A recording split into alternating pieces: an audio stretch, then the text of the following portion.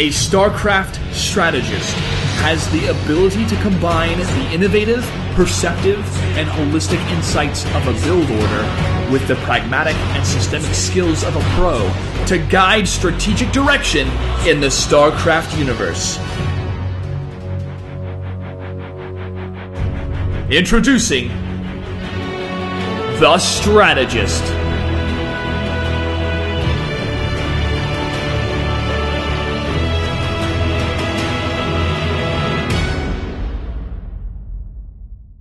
And good evening, ladies and gentlemen, and welcome to the Strategist Open. My name is Octane and joining me for the very first time during this tournament is my co-host, Buddha. How's it going, Buddha? Hey, pretty good, man. Yeah. We apologize for the little technical difficulties there, guys, but we did work out everything we needed to there, and the stream should be up and running properly, as promised. In the meantime here, we are actually going to jump in rather quickly, as we are a few minutes behind. As you see, the brackets did come up about 20 minutes ago.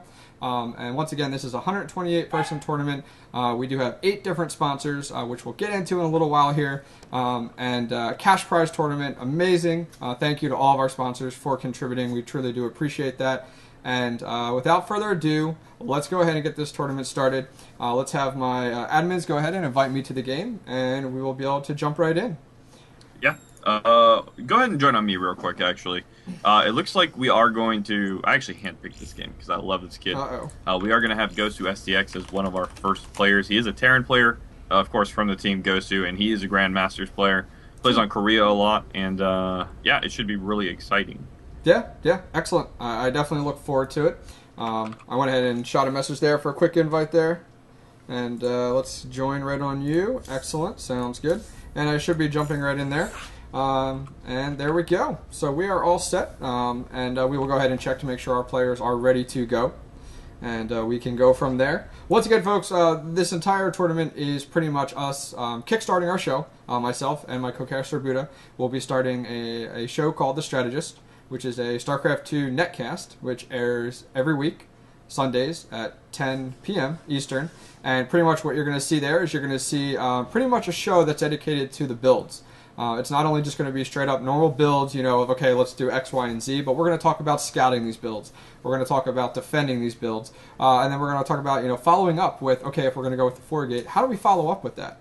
And so that's the whole premise around our new show. And we wanted to bring not only show to you guys, but also this tournament. And that's kind of what we're doing today and the whole purpose of today.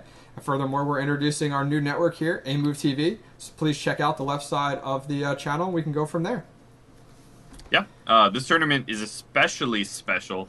I don't know if that's a repetition of itself. It probably is. I'm probably wrong. But as you guys can see over here, I'm guessing. Yes. I'm guessing. We have a $150 first place prize, $75 second place prize, and a $25 third place prize. So a lot of money on the line here. And these first games are going to be best of ones, actually. So it can get a little bit dicey, especially for these really high-level players that, are going to beat almost everybody doing anything. But one game, you can get cheesed out pretty easily, man. Yeah, no, I completely agree. I mean, that's the whole purpose behind the single elimination there. It's quite a big risk.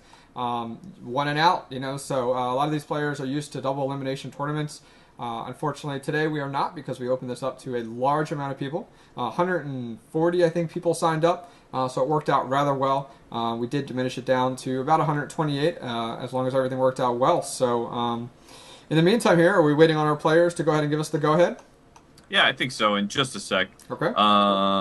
Let me know when ready. So, yeah, this is our new station, I guess we could call it. Yep. Network sounds good. Network sounds good. Yeah, all right, we'll go with network. And, of course, we are going to have a lot of other shows on this stream. Currently, there are 2 others on it, I believe, This Week in Blizz and the Starcast. If you guys haven't heard of those podcasts, please go check them out. They are really, really awesome. And that is where me and Octane both stem from, actually. But looks like we are getting this game underway, Octane. Yes, we are, and it looks like we are going to have a TVP, which is rather exciting to kind of start off. Not one of those mirror matches, which might be a little bit more dull, but TVP should be a lot of fun here. Some great players, as you were previously discussing there. And it does look like we are on MLG Antiga Shipyard. And when our load screen is ready to go, we will jump right in for you guys. Indeed. All right, so spawning on the right-hand side of MLG Antiga Shipyard, we do have Leroy Jenkins playing as the red Protoss player.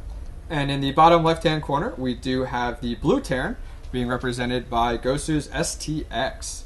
And Buddha here, Antiga Shipyard. This map here, what kind of thoughts do you have regarding a TVP matchup here? What kind of things should we look out for? Well, you know, this is a relatively Terran-favored map, having a pretty short rush distance. Definitely having force cross positions helps, and both these players are going to know that MLG is force cross. But it is going to be a relatively even matchup, I would say. Gosu STX, an incredibly high-skilled player. He's in GM for a couple of seasons, and you know, deserves to have been for longer. Actually, he plays on the Korean server a lot, like I stated earlier. Leroy Jenkins is saying hello to his mother. Very polite of him. That's right. Good shout out. Good shout out. And he is, of course, playing Protoss, but he is a High Masters player also. So this is definitely going to be an exciting matchup, and I'm interested to see if our Protoss player Leroy is in fact going to go for one of those newer style Forge expands against Terran, especially on this specific map. Yeah, definitely. I mean, there's definitely that possibility here. It does look like he does not go with a Forge right away. He goes ahead and puts down his gateway there. So everything's looking pretty standard for both players here. STX is going ahead and currently building his barracks, and both players are doing a very nice job in regards to keeping up with their harvesters here. Now, I apologize if you mentioned, but what leagues are both of these players?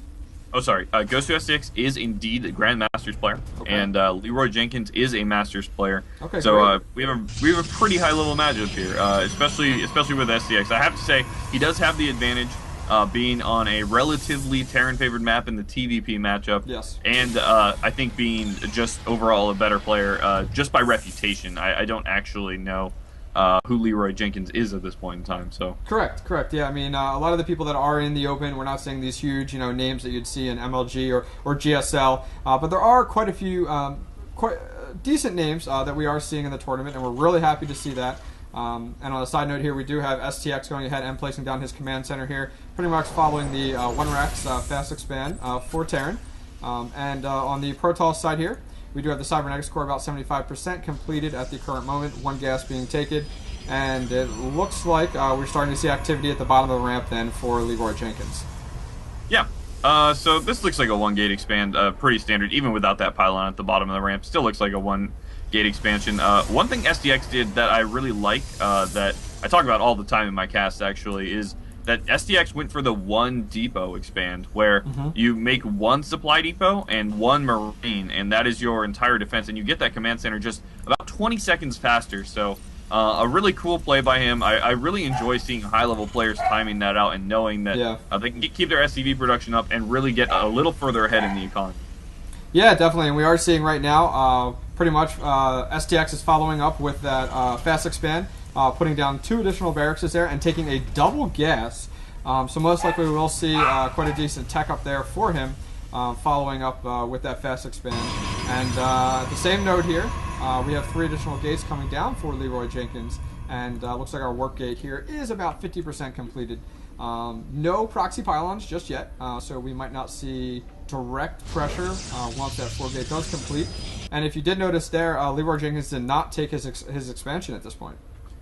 Yeah, that's actually really weird, because he had the money to do it. He was actually faking it with the probe, and he actually added 3 gateways, and STX just comes up the ramp and scouts it. So that's definitely going to be a huge advantage for STX, already throwing down that 2nd bunker. Wouldn't be even surprised to see a 3rd come up here, but I don't think he's going to add those reactors on quite yet, because he wants that marine production for now, knowing that a 1 base pretty all in is coming up here. Yeah, Leroy Jenkins goes ahead and says in chat, you didn't see anything. Pretty much responding to the fact that STX did scout up the ramp and see that, okay, that expansion was not taken. I do see 4 gate going down. I do see some activity on the Cybernetics core. So STX right now having 2 bunkers there. I agree with you there, not going ahead and making any more additionally than he needs. I mean, there are no immortals in this army, so an additional 3rd bunker is not necessary. And it looks like an additional proxy pylon going down and a little scout with the probe up the ramp, and we should see the pressure coming any moment here. Yeah, no, it is coming in, and you know, like I said, really smart by STX, pulling SCVs, but not adding on those reactors. It would have taken so long. He would have had a much lower Marine count against this, and you know, he should be able to hold this relatively easily. One racks expand, definitely something you can hold a 4-gate against, especially with good bunkers. And here comes the attack. Yeah, we do have the proper repairs trying to go down. Those force fields going ahead and blocking those repairs. Stalker's doing a very nice job, but the SCVs were able to get a nice surround on that last bunker and repaired, and it does look like STX will repel Leroy Jenkins, and that will push him back. Now, I do like that Leroy Jenkins does have several pylons here, and oh, look at that. It looks like he's going to take another pressure. Yeah, those Stalkers and Sentry not having enough DPS to take that bunker down with all those SCVs around, and actually, he should be targeting SCVs or Marines at this point, but instead, looks like he's trying to focus on Marauder and sacrifice a lot of his units due to STX's just really good micro there, pulling back his unit getting targeted. Correct. And it does look like Stim is about 80% completed for STX. That will definitely strengthen his army at this point. And it does look like Leroy Jenkins is going to now retreat back to his base. In the meantime, during that fight, we did see that the Nexus was taken at his natural. But he's definitely behind now. That pressure didn't achieve as much as what Leroy Jenkins originally wanted. Nothing was really taken out. I mean, his defense held for STX. So now pretty much it's going to be Leroy Jenkins trying to recover from that. Yet, it does look like STX here is coming along very well. He is finishing off his wall off there. And right up here we do have the 3 racks pumping out more and more units. And when that factory right now is building a reactor, will most likely be swapped around with that starport to go ahead and get some medevacs on the field, which will work nicely with those Stim Marines and Marauders. Yeah, the supply difference is significant enough at this point. It's 70 to 49, already in STX's favor by a sizable amount for this point in the game. But the real story here is the lack of tech in Leroy's base. He's just now starting a robotics facility, and when these Marauders and Marines come across with a couple of medevacs and Stim, there's no way these gateway units are going to be able to hold it off on their own. Yeah, no, I completely agree there. I mean, now granted, he does have 2 sentries, which, there isn't really enough there at this point to really do very well with the force fields. Right now you can definitely see it in army composition and size right now. You can see that Leroy does not exactly have many units, just a few Zealots and Stalkers, but if you go ahead and take a look at STX now, quite a large number of Marines and Marauders, and it does look like we have a floating factory going over there for a little distraction. Yeah, STX doing a great job cleaning these up. I would think that he would take a third behind this pressure. What do you think? He definitely has the potential to, but I don't think he needs to at this point. I think he knows he's far enough ahead that this push is absolutely going to kill his opponent. He is indeed actually adding on 2 more barracks here, so wow. Okay. This isn't like an all-in style, but it's definitely not a let's take a quick third here. And look at the timing on these medevacs as he pushes out, just meeting up with his army. So beautiful. Yep, and there is the third coming down for STX. He's building that right now, so very nice job. What this factory is going to do is give him a little uphill visibility, which is going to be necessary, especially if the force fields go down on that ramp. And there's those force fields. That factory is going to be able to see what is going on there. And look what he did there. He said, okay, you're going to force field. We're going to go ahead and elevator up some units. And here come those units. Very nice job.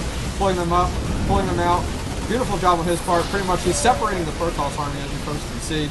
Some have to be at the top, some have to be at the ramp. And that is a beautiful job. Decent force field so far for Leroy Jenkins. Yeah, no, this is actually a really good hold. I mean, all things considered. Look at that factory, though, soaking up those Stalker shots, keeping them from the front of the battlefield. Because of Leroy Jenkins, he'd have to micro everything, and he's losing all of his sentries here.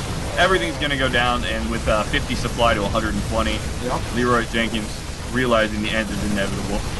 And there is the GG. And congratulations to STX. He will be moving on from this game. Once again, that was best of 1. So congratulations to him. Very nice job on his part. In the meantime, now that we're waiting for our next game to get put together, Buddha, why don't you kind of go over a little bit of the map pool that we have going on for this tournament today? Yeah, sure. The map pool for this tournament, is indeed going to be basically all MLG maps. It's going to be Daybreak, Antiga Shipyard, Cloud Kingdom, Shakuras Plateau, Tal'darim Altar, and Metropolis.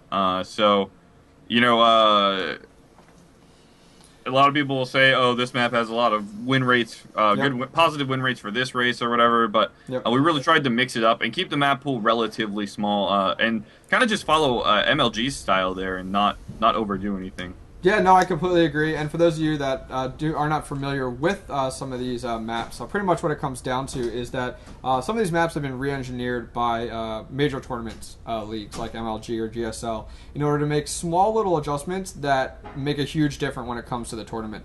Some of these maps you'll see a supply depot at the bottom of the ramp. Some of them you'll see little critiques here and there. Maybe the gold's been taken out and there's blue minerals there. So these are all things that make the maps different. So if you're wondering, why aren't these the same maps that I'm seeing in the ladder? They're almost identical with a few little tweaks that have been done by the tournaments to make them a little bit more balanced.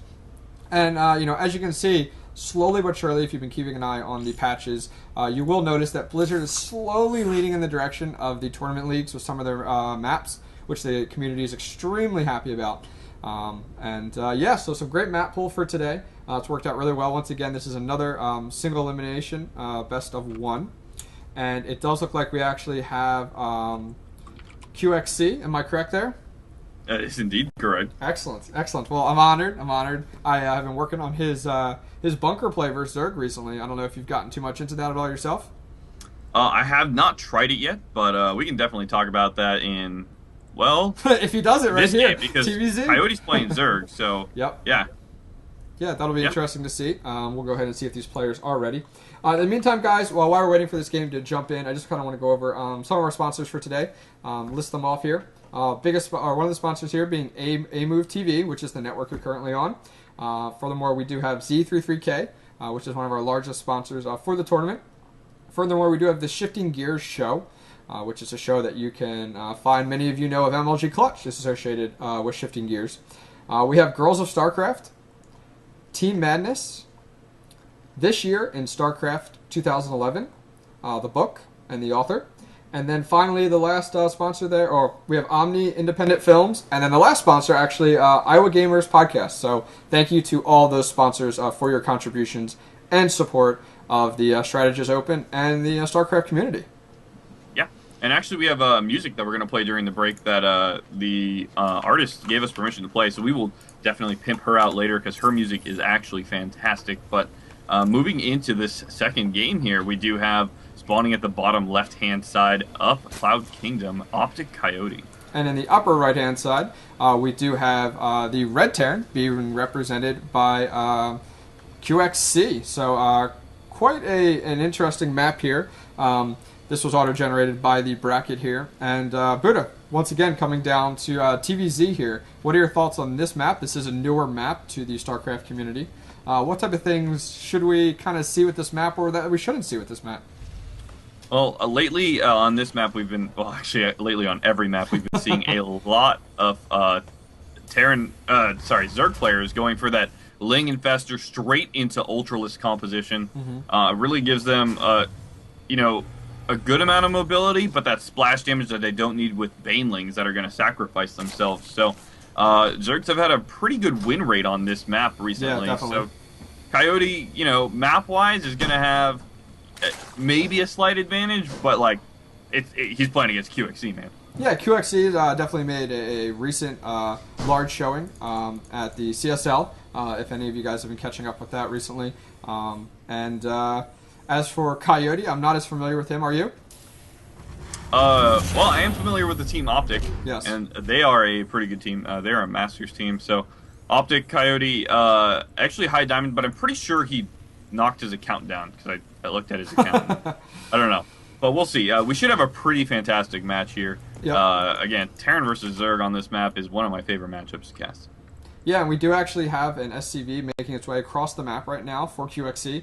As I was describing before we jumped into the game, are we actually going to see a bunker here from QXC? We may or may not, and looks like he's coming in now. I'm not building that initial bunker, so this is going to be for scouting purposes at this point here.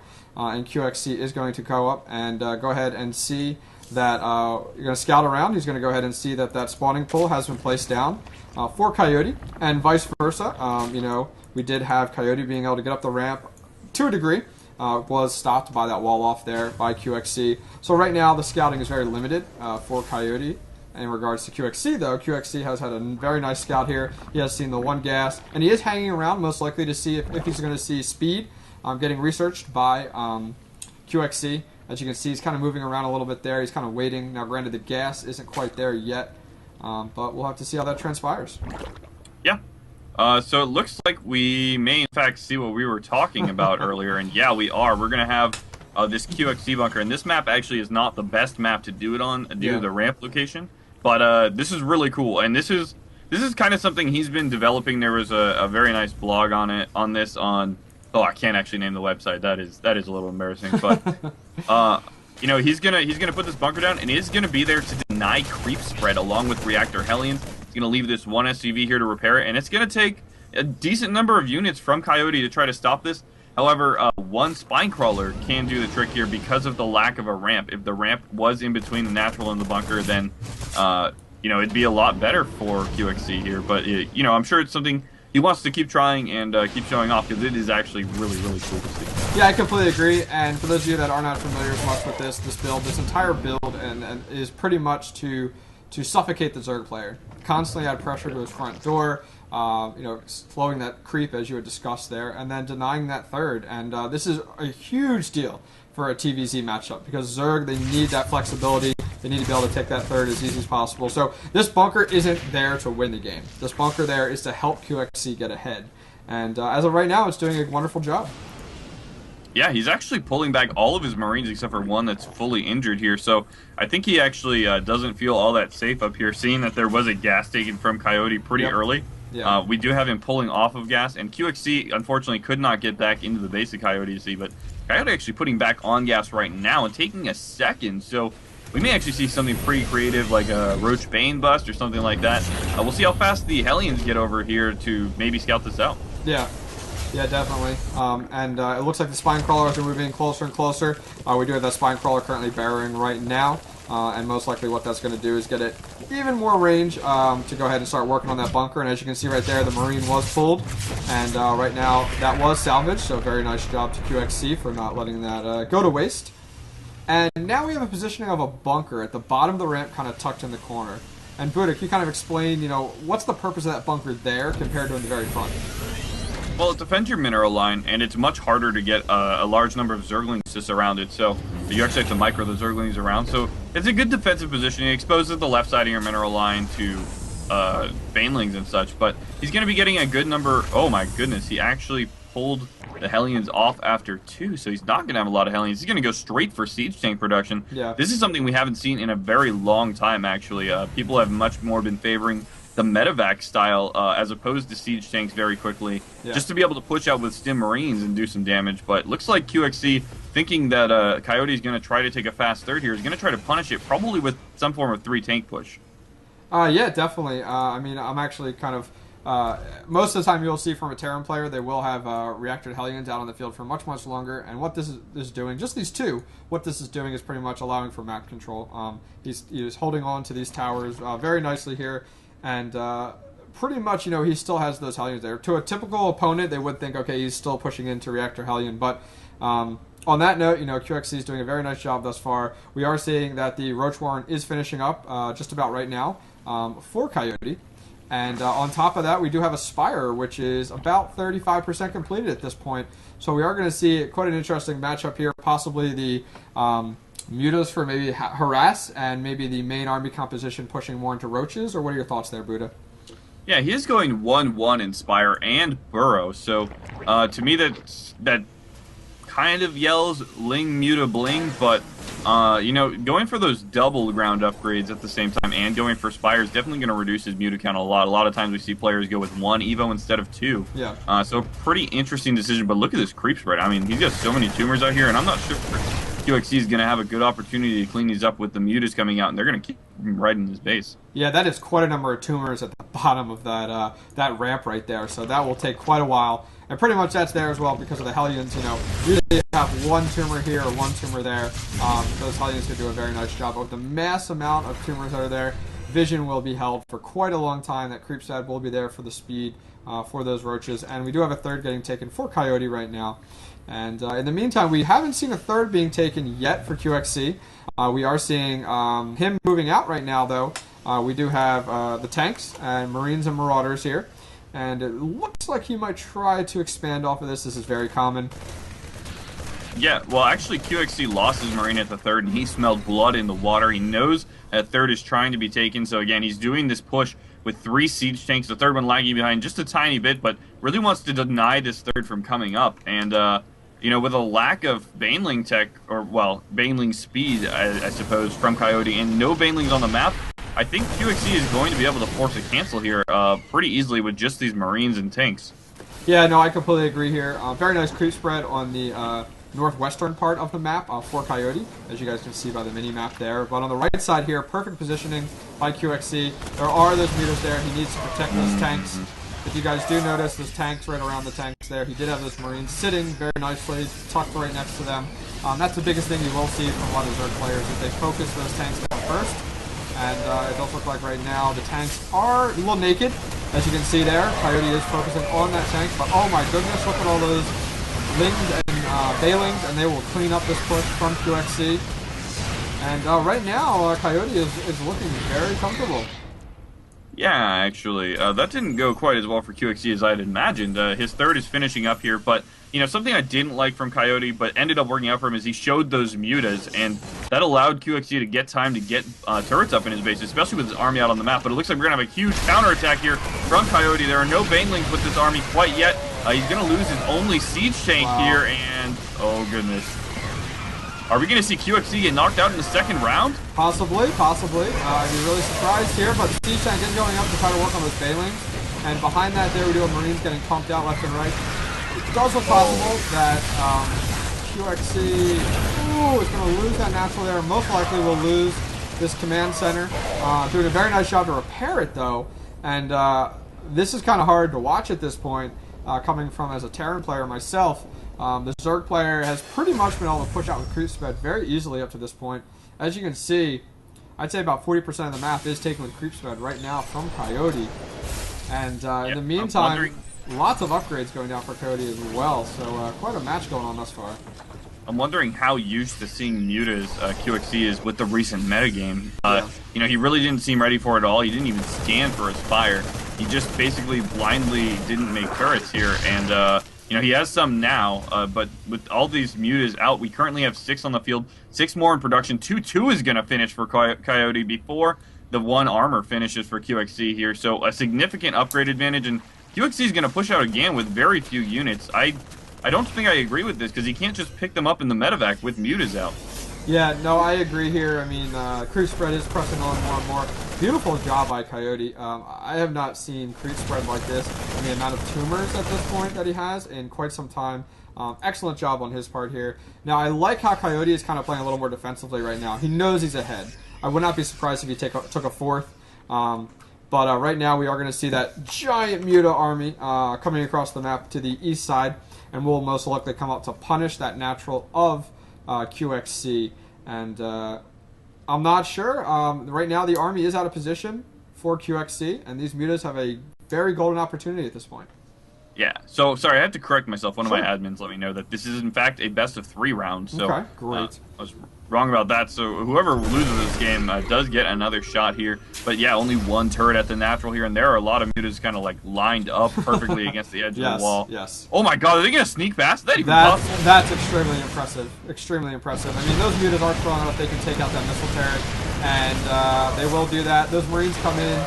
And quite a few mutas taken out there. Not as bad as what I thought it was going to be. And QXC doing a very nice job. And oh, these mutas are going to run right into those Marines. And I think this is where we're seeing QXC shine here. He is doing very well dealing with mutas now that he knows they're out on the field. Yeah, you know, I have to say, pretty darn good control from Coyote, too. Pulling back at the right times, I think, in every situation there. He's got a good number of Lings on the left side of the map, ready to counter-attack this orbital that is a third. Coyote actually has a supply lead by... Can I count? No, I cannot. 20 supply at the moment. Yes. And he has a 10 Harvester lead, so he is in a comfortable position. Not a huge lead, but definitely not a disadvantage at this point. Correct. If we go ahead and take a look at the Harvester count right now, we do see it 66 to 51. So believe it or not, QXC is not that far behind when it comes to Harvester count, as you think it would be, with taking so much damage at his natural, taking his third so late. So very nice job on QXC's part on keeping up with those Harvesters there. The large grunt of Coyote's army, though, sitting now on the northwestern side of the map there. And Yeah, this is quite interesting here. We do have a medevac drop coming in for QXC, landing at Coyote's 4th. And it looks like that's going to be spotted rather quickly. And you do see that the army of Coyote is making its way to that drop.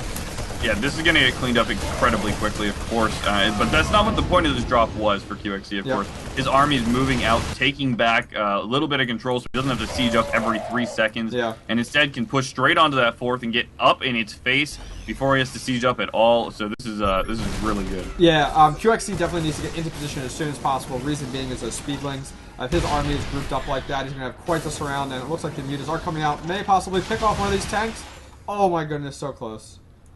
Yeah, he's doing a great job of not taking extra damage from those Marines. Those Marines are at 2-2 now, and his mutas have no upgrades at all. They're going to take an incredible amount of damage. And oh my god, do these Banelings not have speed yet? Or am I like... No, they do not. You are correct here. This is quite the army setup here, and it is going to go ahead and push in. And it is going to go ahead and plow directly through those Marines. And oh my goodness, I'm getting a little bit lag on my part with this matchup here. I don't know if that's you too as well or no.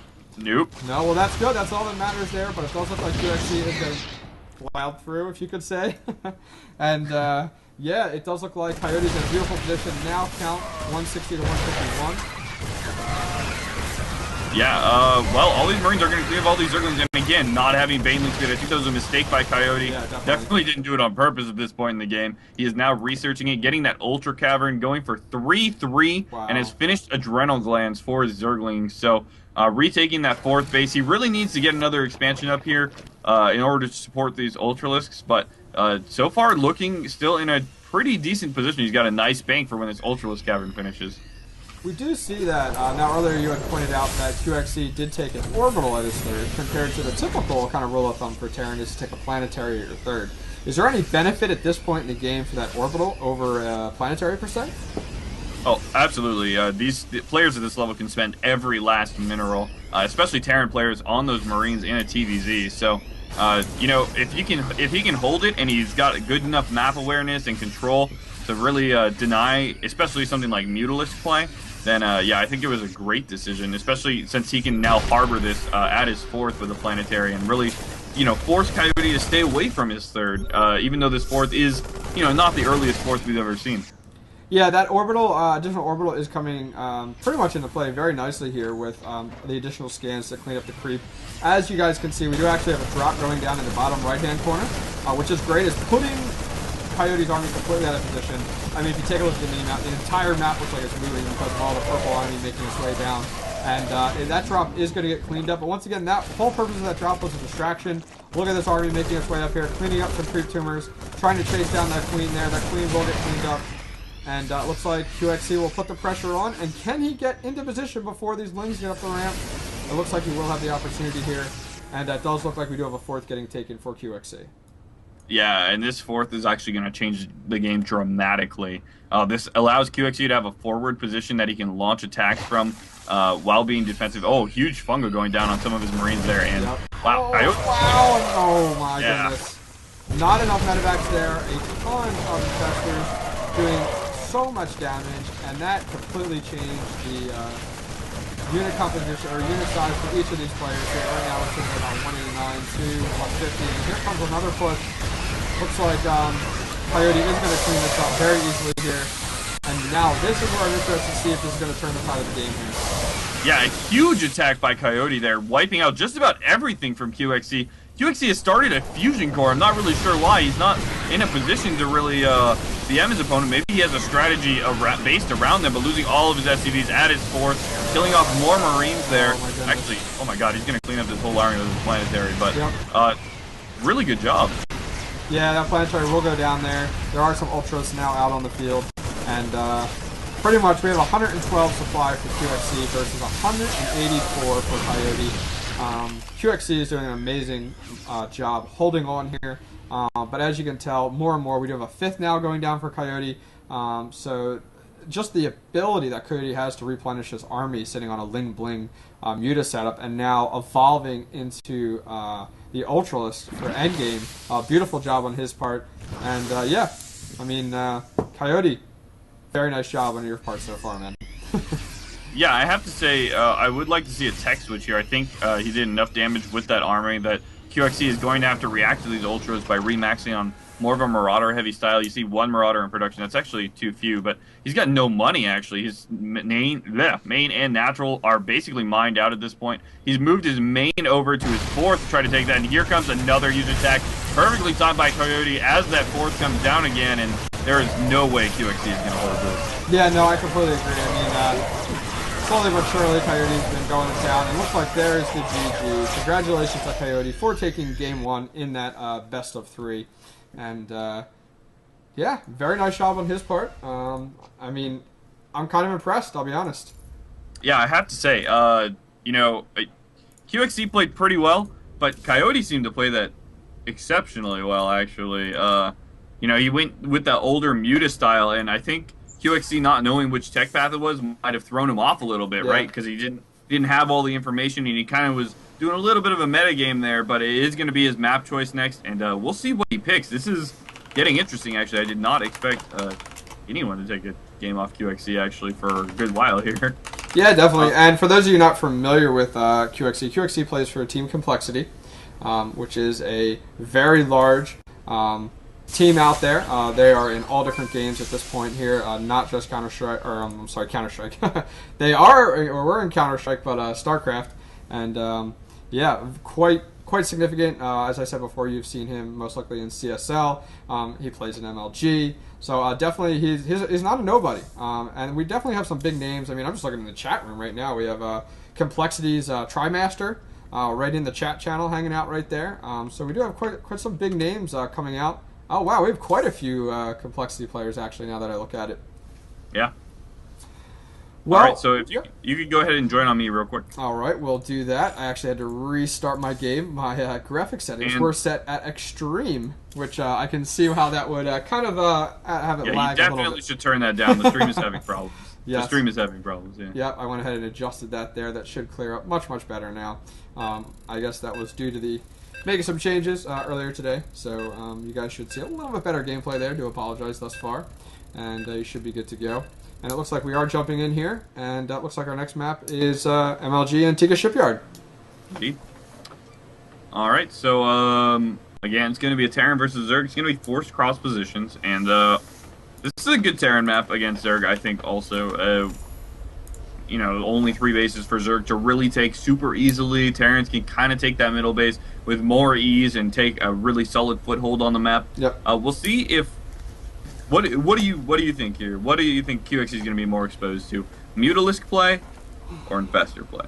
I think Infestor play. I think it's going to come down to Infestor play here. I mean, the Muta play that we saw last game definitely, I feel like, really was the stepping stone to putting QXC behind.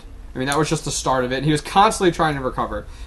So he's ready for that. You know, I mean, I think he knows that, you know, the Mutas are definitely going to be possibly coming again. He's going to keep an eye out for that, make sure his scouting's up to check that out for that Spire. So we'll have to see. But in the upper left-hand corner, we do have our red Terran, QXC.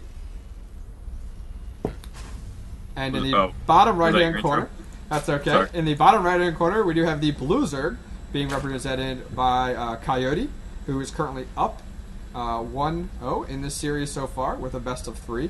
So the winner of this, if it's Coyote, will go on to the next round. If it is QXC, we will go into Game 3. Yeah, man. Coyote took a game off QXC here, and, you know, that's a big deal. QXC is a big name pro. Yeah. And look at this, scouting for proxy barracks up at his third. So smart. Just making sure that, QXC with a man or eBay blocking that hatchery before it can go down. Coyote immediately throwing down that spawning pool, knowing that he's not going to be able to get this hatch up anytime soon. We'll see if he tries to take his third as is natural, but QXC might have a plan in mind for that. Look how early this STV was, man. This is no mistake. No, not at all. This is something that QXC seems to be a very aggressive player early on versus TVC, if you've noticed. I mean, last match we had the bunker placement. Very nice job, you know, putting that pressure on the Zerg player. And now here, you know, he's manipulating the game in his favor.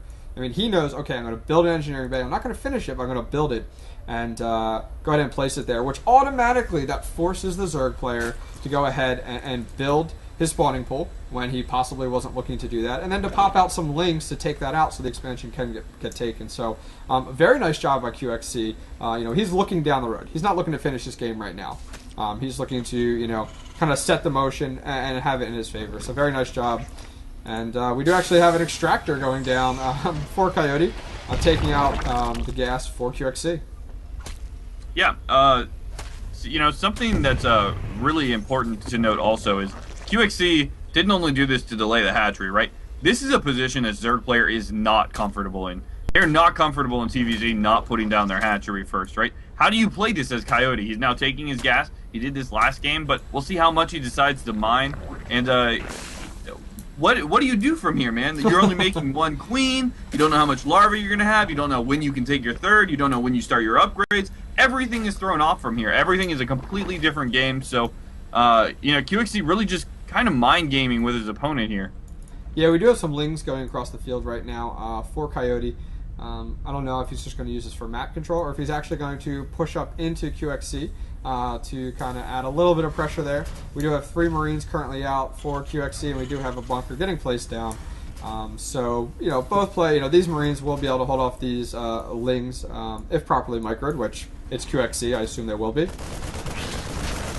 Yeah, looks like he's stutter 7 backwards. A little surprised he didn't pull that weak one back, but not a big deal. He is, in fact, moving across the map with these 3 Marines, and he has additional barracks in production with 2 gases. And this is a little bit unusual for a Terran player to do against a Zerg player in these kinds of situations.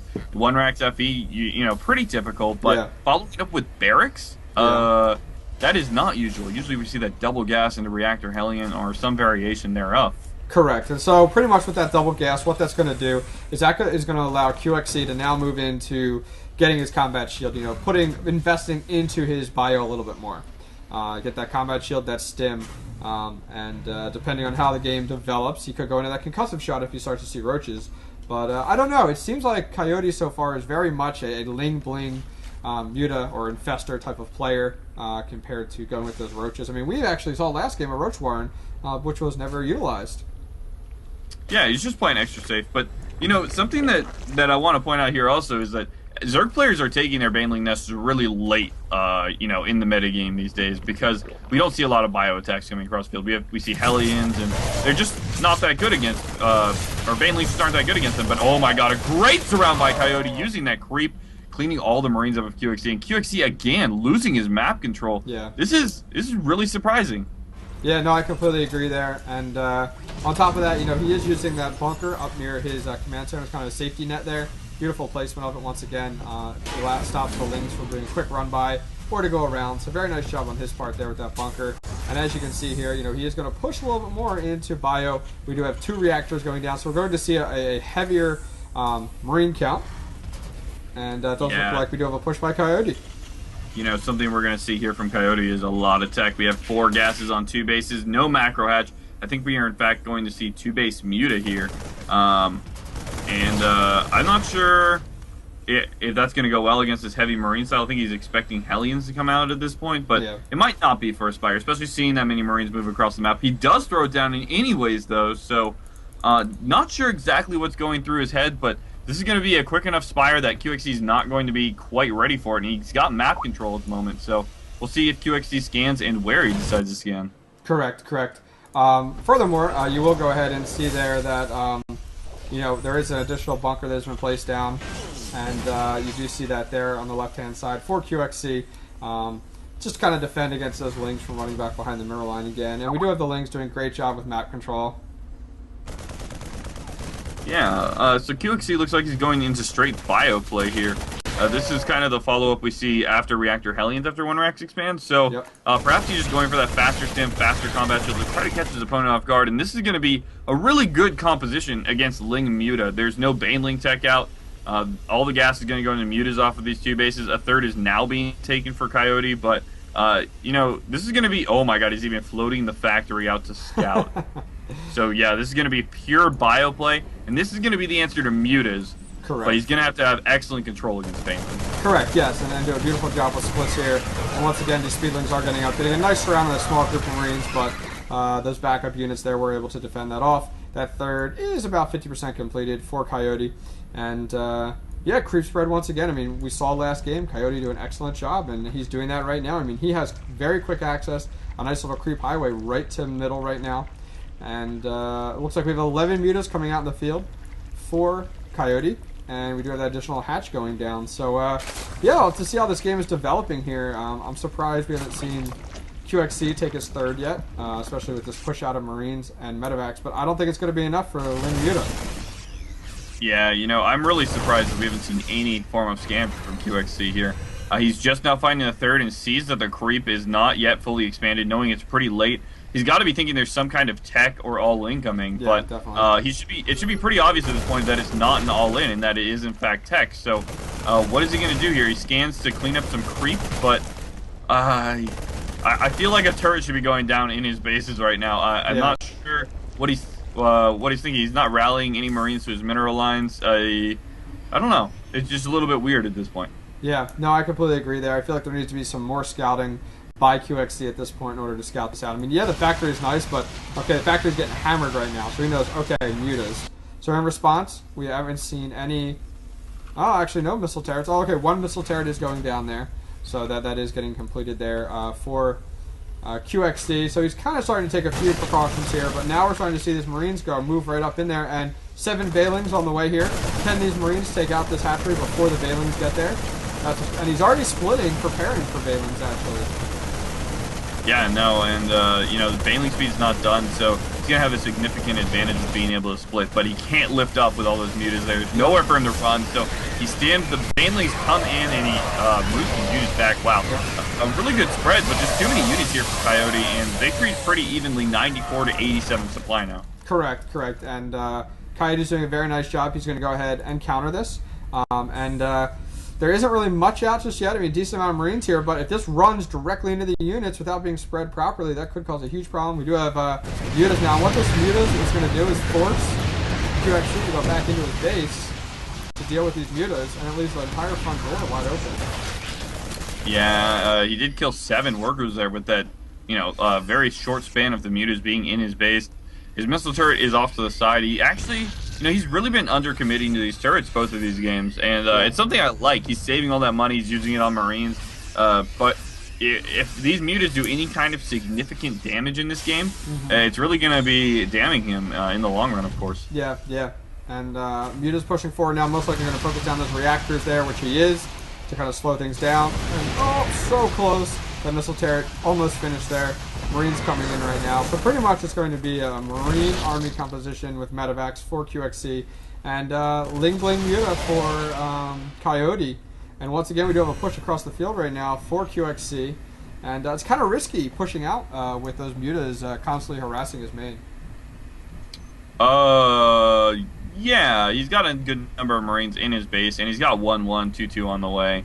Couple of turrets up now added on, so it is a little bit risky, but he's definitely feeling more comfortable. His third is moving out now. Probably going to have to add some turrets there so he can free up some supply to stay in his main army, but I think we're going to see some excellent control from QXC here. I think we're going to see a quadruple drop. Yeah. And all comes down to timing here. His Lings and Bailings are so close, and they just spotted it right now, and they are dropping. I love the beautiful spread. Spreading all over the place, okay, and so now we're going to have to see, you know, how does this do with these Lings here, because they're going to be completely cornered, and he is spreading them out as much as he can, but those mutas are going to do a beautiful job. Yeah, actually, okay, we need to talk about this too, because this was a beautiful move from QXC that just didn't work out this time. Yep. He landed 8 Marines on that platform there to defend so that he could pick up Marines on the high ground and bring them down without being targeted down by the mutas, but the mutas came in anyways, picked off that Medevac, and oh my god, we have the mutas coming into the third. There is no defense. So there are painful. 5 mules. Wow, that is a lot invested there. Those mules are pretty much gold for a Terran player. And was able to pick off a few, but it looks like quite a few Marines there. Most likely we'll see quite a number of missile turrets going down. Now we still do have those Marines sitting on that second tier of Coyote's base. And it's going to be almost impossible to remove those, actually. Yeah. What he's used. I mean, as soon as you pick, what he's doing is, I would think he would be waiting until he outpositions the army of Coyote, and then is able to get them in there and add pressure to the main. And it looks like yeah, but how does Coyote get rid of these? Yeah. You're gonna send 12 mutas into 10 Marines with a medevac with stim on platform ground units can't attack? Ah! No, I completely agree. I mean, it's kind of risky there. We'll have to see how that progresses. Now, It's quite interesting. We're now actually on an even footing for bases right now. Last game, Coyote was always ahead. Well, now we're seeing that QXC is now even on 3-3. And we're actually getting to see, him kind of progress a little bit more now compared to last game. He definitely has quite a number of units. Our army composition is actually in favor of QXC this game, and we're actually at 170 to 155. But here comes a giant push, and I'm a little scared for QXC. Yeah, man. Well, there aren't a lot of banelings in this army. They're all in the back, but the Zerglings tank all the damage, and oh my god, some decent spreading from QXC, but a huge bunch getting trapped against the wall. Yep. And QXC's gonna have to back off, but look at the supply, 140 to 123. Yep. And even though QXC has a low unit count, I think he's gonna be able to push this back. We'll see. Yeah, if you guys put, once this is done, I want to put something real quick out here. But yeah, it doesn't look like QXC is pumping out as much as he can here. Both players doing a beautiful job with their macro, keeping their numbers up. I mean, QXC is still ahead right now, even though his army is falling apart. And his third is going to get taken out here by these speedlings. And QXC is doing everything he can to recover properly. Yeah, 114 to 110 supply now, actually. QXC's supply is dropping rapidly. Considering he had such a giant supply lead at the beginning of that battle. The Marines are rallying into the Zerglings here, and oh no, he's taking the supply loss now. Coyote continuing to stream across the map with Zerglings. Yeah, definitely. And as of right now, it's definitely looking in favor of Coyote for round 2. Unfortunately, those Marines are still sitting on that second tier as well, which would be very nice to pick them up and drop them into main, just to kind of add a distraction here. But I do not know how Coyote is going to recover from this. He did hold his third. Beautiful job on his part, didn't lose from the mutas. But there's just so many speedlings. All right. Well, looks like the third base is just being sieged up by Zerglings, not letting QXC take it back. And well, a couple more Marines are going to die here, but all of the Zerglings will go down, of course. And the mutas actually come back over, and I think this might be an overcommitment from Coyote. Yeah, those Marines did a very nice job there. Marines at 2-2. Mutas are currently at 0-0, and our speedlings are actually at 2-2.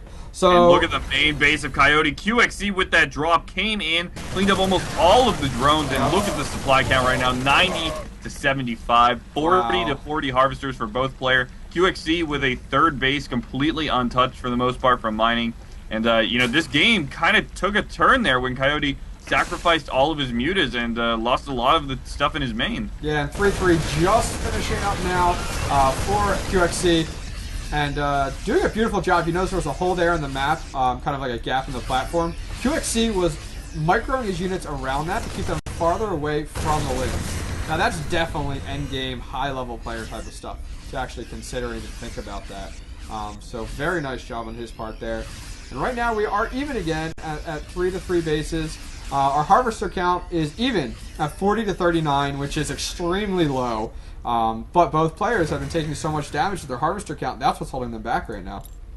Yeah, if you look at the mineral lines for both players, well, at least for Coyote, he is completely malnourished on drones here at this point. Yep. QXC even struggling to, well, actually, his natural is pretty well saturated. Look at all those mules. I know. So that's a good and bad thing. It's like, is he keeping up with his mule count there, and that, or what? Or is this is on purpose that he gets hit, and then all of a sudden he drops a ton of mules to recover so quickly? His strategy behind this, it could go one way or the other. But we do see the rocks getting hammered on right now. Destructible rocks right outside our QXC's third, and QXC is sitting very comfortably right now versus this army, and this battle with that is a lot of Bailings there. If we go ahead and check out our unit count there, we do have 33 Bailings, 4 Infestors now, and 37 Lings versus 63 Marines, 11 Marauders, and 6 Medevacs. So with some nicely placed fungals here, this could be quite deadly to QXC. Yeah, this could be deadly for both players, actually. There are a lot of Marauders out. These Banelings need to be controlled perfectly while microing Infestors to throw those fungals down. It's a lot harder than it looks. You really have to... Sorry to interrupt you real quick there. We were the third, and the third was just dropped by QXC. He did take out that third very nicely and did not lose any Marines while pushing in. Wow. Very nice job. Oh, great fungals. But not enough. Wow. And there's all right. GG. And that game will go to QXC. Wow. Now that was quite the game. Definitely could have gone either way at any time for both of these players.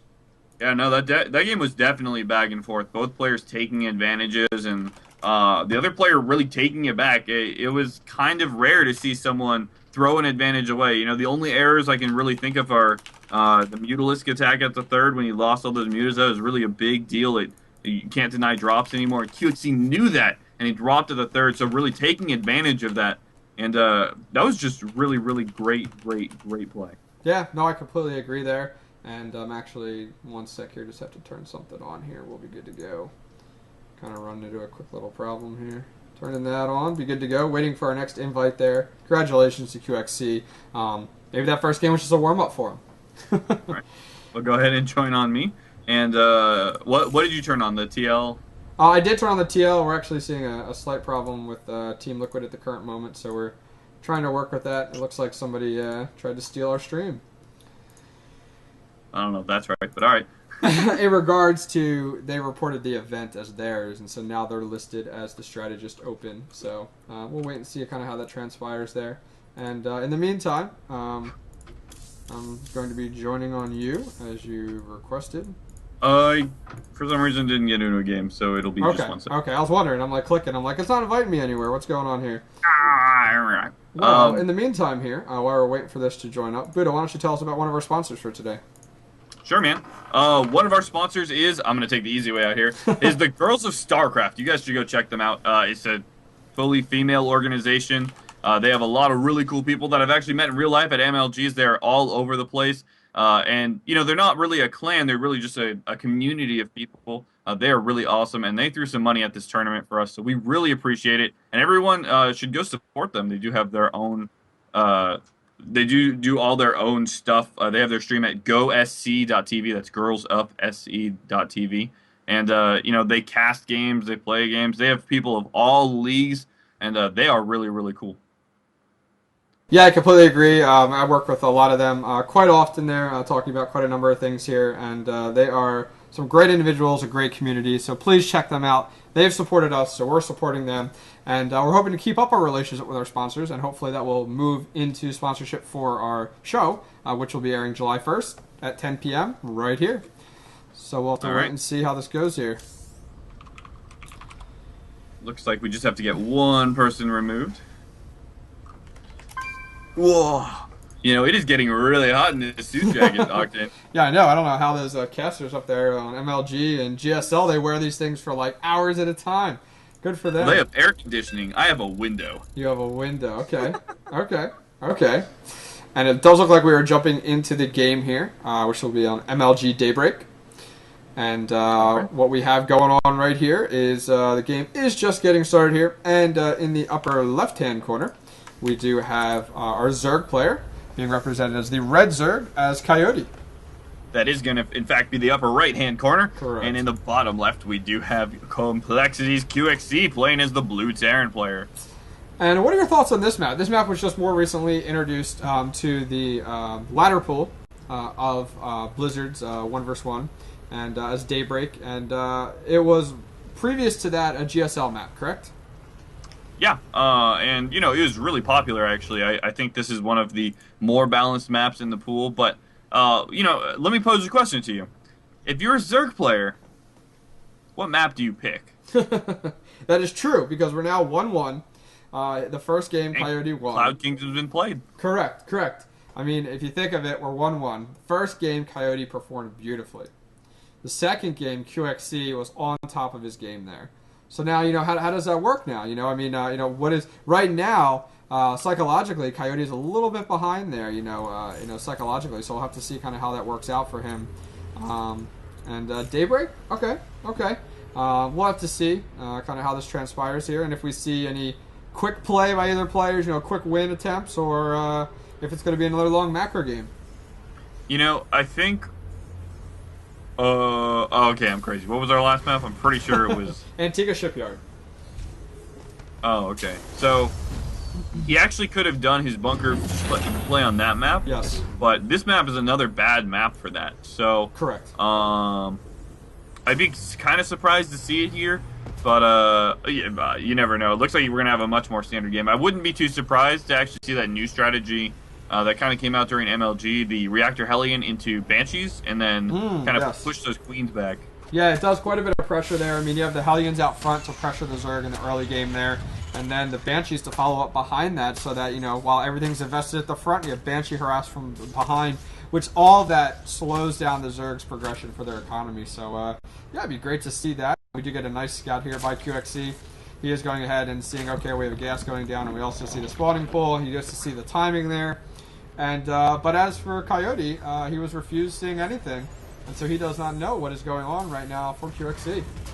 Yeah, we have a very standard, looks like a 1-Rax expand from QXC. I don't think he's going to do anything super cheesy here. That would be quite unlike him, I think, especially in this late-game scenario against an opponent who he probably thinks he can beat. I mean, there are not a lot of people on the planet that could beat QXC at a game of StarCraft, so he's probably feeling a little shaken at losing a game here, but definitely confident still. We might actually see the bunker play again, if you can believe that. We just see 2 Marines making their way across the map, and what he did was he kept his scouting SCV up in the northern area, and it does look like, yep, he scouted to the point where now he can go ahead and place down that bunker. That bunker is down right now, and there's Marines kind of waiting patiently here. And, okay, here come 2 Lings. They are expecting it. And that SCV, oh my goodness.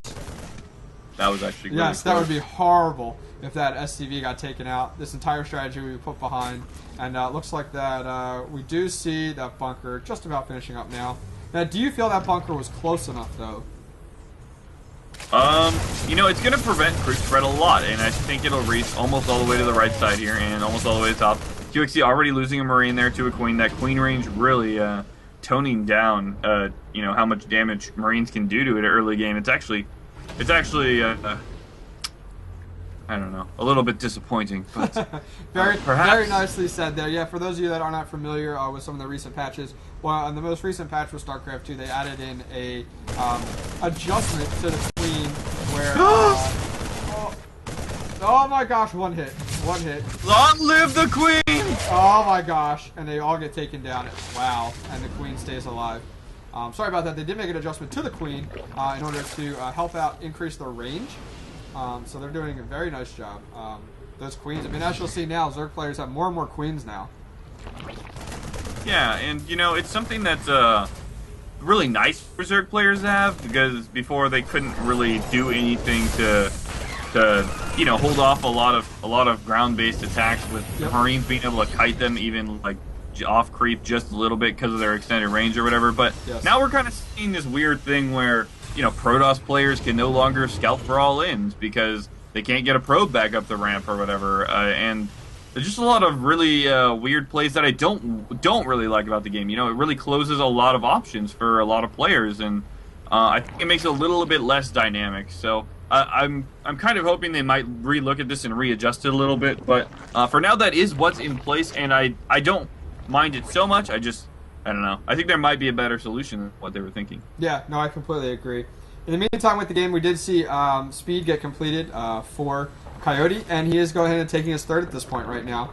On the other end, we also do see for QXC, though, QXC is sitting on 3 racks right now, and he is going ahead, and Stim is just started. For those of you not familiar, Stim is a very long upgrade for Terran, and so what he did was he went ahead and got 2 Hellions out to kind of help with map control. And, 4 Hellions. And now he swapped that out. And we're going to see a Marine Heavy Army again, but he is going to push right into possibly Medevacs very early. Just like, I think that was Game 1, correct? Or no? Yeah, yes. Well, Game 1 was really weird too, right? So, well, you know, QXC, this is going to be his most standard game so far. This is the older style where you go for those reactor medevacs before siege tanks, and this is probably something he's more comfortable with, especially with the current meta game, even though it's not one of the newer styles that maybe harder counters this Ling Infestor style. But again, we're seeing a Spire from Coyote, and this is so cool, because Spire plays, you never see it. You never see it anymore. Yeah, no, I completely agree there. And I don't know if you guys noticed there, those Hellions did make their way behind the mineral patch there. It lined up those speedlings, and now granted, you know, one of those Hellions was lost, but so many Lings were taken out there, so very nice micro positioning by QXC. We do see some creep getting placed down by QXC at the 3rd. that will help to slow down the third being taken from QXC right now. And it looks like slowly but surely we are seeing pretty much a Marine Marauder army composition with medevacs for QXC. And on the other end here, we do see Speedlings and most likely to be Ling Bling Muta for Coyote once again. Yeah, oh my god, QXC's Hellions get surrounded at the tower, actually, and that means Coyote has complete map control. QXC has no idea what units, or what types, or how many units, rather, are out on the field, and it looks like, oh my god, Coyote going for that burrow again. He's going to double delay this third. He's going to delay it with A, the Overlord, and B, the burrow scan after all the creep goes away. So QXC's going to have to look twice, but looks like we have a drop going down along the bottom side to try to hit this third, and are there enough units out for Coyote? What do you think, Octane? I do not think just yet. I mean, now granted that drop was just spotted there by Coyote. Yeah, sitting at 78. He is supply capped right now. And as a Terran player here, I'm kind of surprised, you know, just how far ahead he is right now. I feel like, not granted the third is taken for Coyote, but he's doing a very nice job keeping up. I mean, he has... Okay, his third will be an orbital command. That's what threw me off there for a second. I was like, wait, is he going to build a planetary right out front of his base there? That's quite defensive. But here the push is in. He's taking out some creep tumors. And most likely he's going to try to add pressure to this hatchery. I doubt he'll be able to take it down here. Not with all these lings here and also the queens. But maybe? Unfortunately not. That isn't going to work out the way he planned. A very nice job by Coyote with holding that off. Talk about by the skin of your teeth. Yeah. The lings that popped out of the eggs right next to the hatchery here were the last ones to clean up those units. And creep spread definitely very delayed here still by Coyote, but it is getting out there. And QXC has taken a fast third instead of choosing to add on more barracks first. So it looks like we have... How many barracks do we have here? Oh my goodness. We have 8 barracks, 2 with reactors already. It's going to be very bio-heavy play again, but with siege tanks this game. Yep. Yeah, I'm actually really happy to see that. I mean, the Bailings in the past we've seen have really diminished QXC's army, and so I think he's going to invest a little bit more heavily in tanks this game. And that's the really nice thing about best of threes, guys, is that these players, they get to adjust and learn from their opponents. They get to know, okay, what are my opponent's strengths, what are my opponent's weaknesses, and kind of follow up with that in the following games. And right now, yep, we're seeing those Bailings coming out, pushing their way forward, and this army is caught out of position right now, and no siege mode just yet. Alright, now what he doesn't see is that Barrowed Ling sitting out there at his possible 4th location. Oh my goodness. Okay. Well, QXC did... I don't think he's in vision of seeing those Banelings burrow. Oh, I think he was, actually, just barely. I don't know if he saw it, though. This Burrowed Ling at the third again. Look at this. The creep goes away, and QXC's like, why do you have to do this to me, man? Come on, can't we just be friends? But no, that Zergling sits there, and QXC has to kill it, then land his command center. So much delayed mining time here. Yep. Those Barrowed Bailings are going to be so painful to watch when it happens. Well, we'll see, man. QXC might have seen him. Yeah, we have 2 additional Bailings coming down the right side of the map, and yep, they are barred as well. So definitely waiting for those units to pop out. Yeah, we'll see how often QXC scans. These are actually really well placed just on that corner, where that mass of Marines will really clump up as it turns. And he's got a Zergling there to spot just to know, so he gets that. You know, you're under attack as the army crosses there. And oh my god, mutas. That is a lot of mutas right there. Those Marines will fend them off. But, you know, the muta's whole purpose there is for harassment. And that's definitely what we've seen out of Coyote time and time again. So a very nice job on his part so far. And we do see these mutas pretty much beautiful map control by Coyote right now. I mean, he's got the Bailings, he's got the mutas, so he's holding down this map without having creep completely across it. He's got the Lings and the Bailings barreled. I mean, unbelievable job by Coyote. He is just impressing me game after game now. Yeah, no, he's been playing really well, actually. It's going to be really exciting. Looks like a 4th got killed off by QXC at the bottom of the map by only 4 Marines, actually. Kind of was like, okay, well, you did your job. Good job. Stay there. And now he's going to push out with 5 siege tanks. Not a large Marine force. Oh, man. Are we going to see a Barrowed Bailing? There's the army. I don't want to watch. I really don't want to watch it. Oh, my God. Unbelievable. Can you believe that? I was like, all right, this Terran army is screwed. But no. Very nice job by QXC. You know, he might have been told off by the link there. That might be a tell. some cases. So looks like the Mutas come in, trying to pick off a couple of medevacs, really deny the healing there. There's only 3 medevacs left, so really good decision by Coyote there. And oh my god, 15 Marines in production at a time. Yeah, QXC, this is insane. So he's sitting on 8 racks right now. And I was taking a look at the army, you know, this the supply count for a second there, and I was like, where is the supply right now? But I mean, yeah, it's 193 to 168 in QXC's favor. And oh my goodness, yeah, I was wondering. There's definitely Marines positioned throughout each of his army, each of his bases, to help out with those mutas. So the entire grunt of QXC's army is not in his main army. It's really, you know, scattered throughout his bases to protect his harvesters. Yeah, that's pretty cool to see, actually. He's taking a 4th base now, even though he's pretty close to max here. Yeah. He's going for 3-2, but his upgrade's pretty... Well, here it comes. What? Here comes the... Oh, I'm sorry. The Ling Bling was just about to push forward, and the siege tanks were not in position at all. Alright, well, he is going to go along the top of the map, having to burn a ton of scans here. And Ghost Academy and 2 starports being added for QXC. A little bit strange. Yeah, no, I completely agree there. We do have quite a few Kumras getting cleaned up here. And this army just moving back and forth here. Siege tanks in position. Now this is kind of interesting. The Terran army is closer to the Zerg base than his own base. So the Zerg army could possibly just go right for his main at this point. Yeah, it looks like the huge Baneling rolling comes in and, well, cleans up almost all the Marines there, but all the Banelings went down, all the siege tanks go down. QXC's going to have to rebuild that count, but he does have 3 tanks in production at a time. Yeah. And he's going to have to remax very quickly to be able to hold off his counterattack, but he's in an okay position. Yeah, this choke right here, beautiful position. He crowds all these units there. You can't get the surround by those Lings there. And right now, I mean, QXC's almost... Oh, he is. He's already surpassed his opponent in, you know, replenishing his army. It's a very nice job on his part. And where is this 4th? Oh, his 4th, this guy is going right out more aggressively. Oh my god, the Infestors! This rally. Yeah, no, they were clicked to follow that army and got there so much later that he actually just lost 2 for free and had to give up energy there. Yeah. So another burrowed Zergling at QXC's 4th here.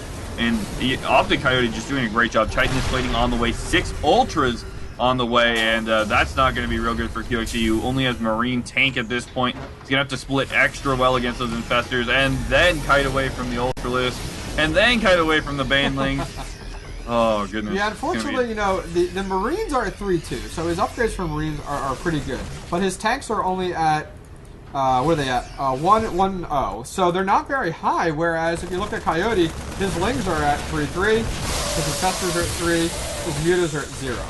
So this could be quite deadly because QXC really needs those siege tanks to be upgraded so that the splash damage can really do its part versus those Banelings and Lings.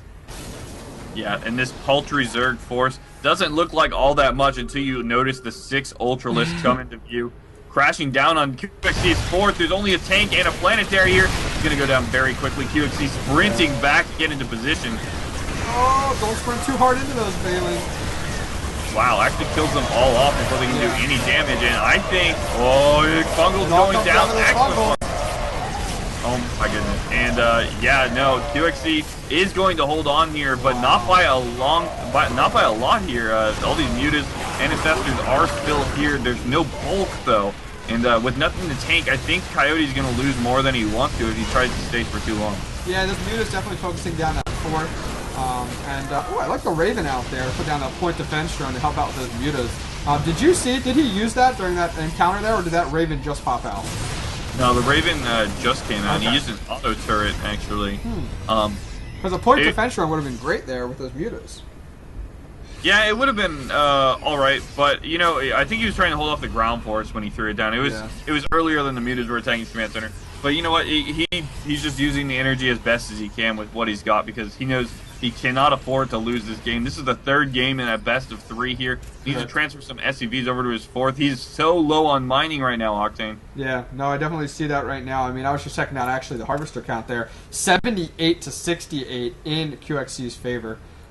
So, you know, definitely kind of let you know here where we're at. But yeah, I mean, these next few pushes are pretty much going to turn the game. And oh my gosh, all those ultras, all those infestors.